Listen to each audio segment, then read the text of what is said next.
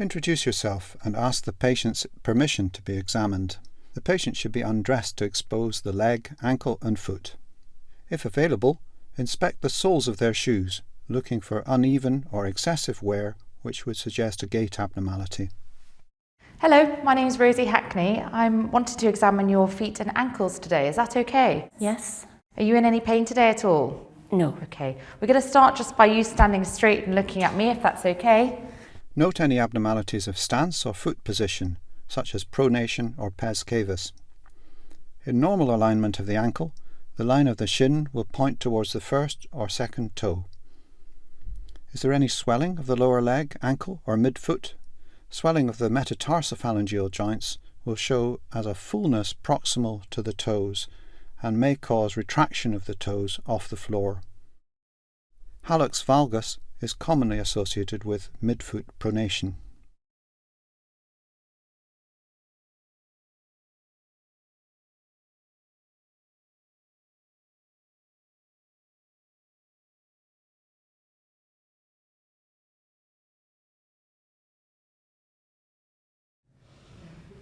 And could you please turn to face the wall away from me? Look for alignment of the Achilles tendon behind the ankle. This should lie in a vertical line from the calf to the calcaneus. Does it deviate laterally in the valgus direction, indicating pronation of the hind foot, or is it inverus, indicating supination? Is there swelling of the Achilles or at the tendocalcaneal area, suggestive of Achilles tendinitis or enthesitis? Palpate the Achilles and its insertion into the calcaneus for tenderness. From behind, feel for the dome of the talus on each side and confirm that it is in the neutral position. Look for prominence of the medial malleolus over the medial border of the foot in pronation, or conversely the lateral malleolus in supination. Observe the position of the medial longitudinal arch with the patient standing. Is it low or touching the floor, a pronated foot, or is it excessively raised, a supinated foot? Are you able to stand on your tiptoes, please? Observe the alignment of the Achilles and arch. A normal ankle and foot will show the Achilles in vertical alignment and a normal arch. Okay, can you walk away from me and then back towards me, please? Does the ankle look in a neutral position?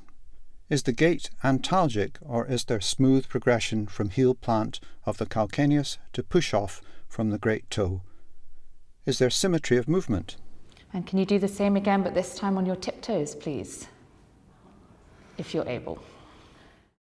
Pain at the back of the ankle can indicate posterior impingement. Difficulty with tiptoe walking can be due to problems with the calf muscles and Achilles, or any joint of the ankle, midfoot or toes.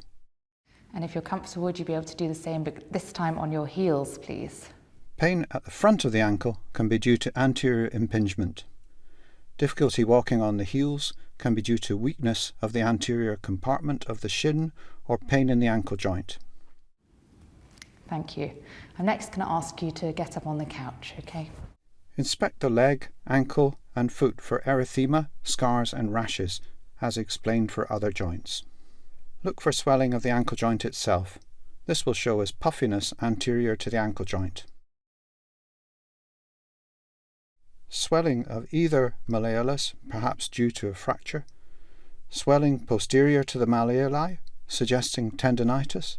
Swelling elsewhere around the ankle and midfoot suggests other soft tissue or bony injury.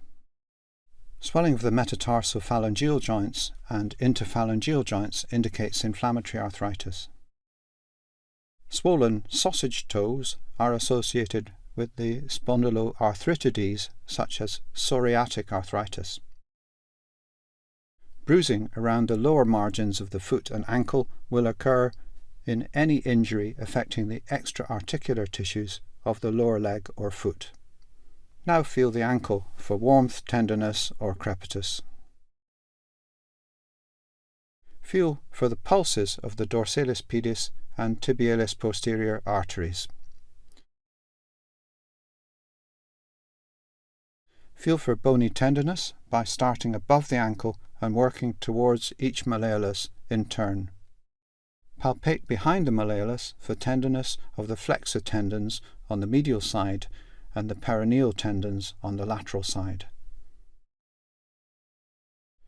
On the lateral aspect, palpate the insertions of the calcaneofibular ligament, the posterior talofibular ligament, and the anterior talofibular ligament for tenderness suggestive of an inversion injury.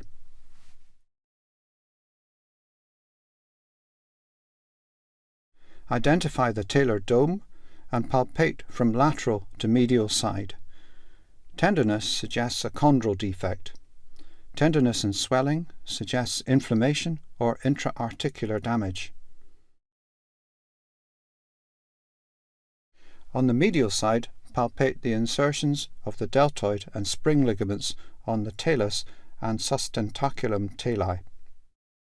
Palpate the inframedial side of the calcaneus. Tenderness here is typical of plantar fasciitis. Press on the sole under the middle of the calcaneus. Tenderness here is most likely due to heel fat pad atrophy. Palpate the tarsal bones, paying particular attention to the navicular bone on the medial side and base of the fifth metatarsal on the lateral border of the foot. Both are common sites of injury. Bony prominences on the dorsum of the midfoot suggests osteophytes due to osteoarthritis. Can you move your ankles up and down? Active ankle dorsiflexion range is 0 to 20 degrees.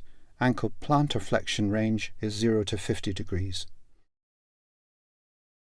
Assess passive movements of the talar joint by holding the foot firmly in both hands and moving it into dorsiflexion, then plantar flexion with the leg extended. The silver scale test is for gastrocnemius tightness. Compare ankle dorsiflexion with the knee in extension and flexion. A tight gastrocnemius results in greater dorsiflexion with the knee in flexion. And can you turn your soles in the way and then out the way, please? Inversion is normally 0 to 35 degrees and eversion is 0 to 15 degrees. Compare both sides for range of movement.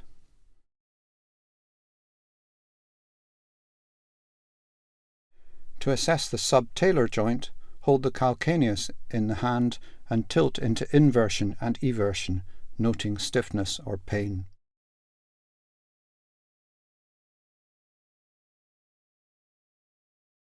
To assess the midfoot, clasp your hand around the forefoot and rotate the midfoot into inversion and eversion. Pain in any of these movements requires further assessment for possible injury, such as inversion injury of the ankle or degeneration, for example, osteoarthritis affecting the mid-tarsal joints. Can you move your toes up and down, please? Now inspect the forefoot for erythema, swelling, deformity and scars. Look under the metatarsal heads for callus and between the toes for skin integrity and infection. Feel for warmth and tenderness. Gently squeeze across the metatarsophalangeal joints. This squeeze test will be positive in inflammatory arthritis affecting these joints.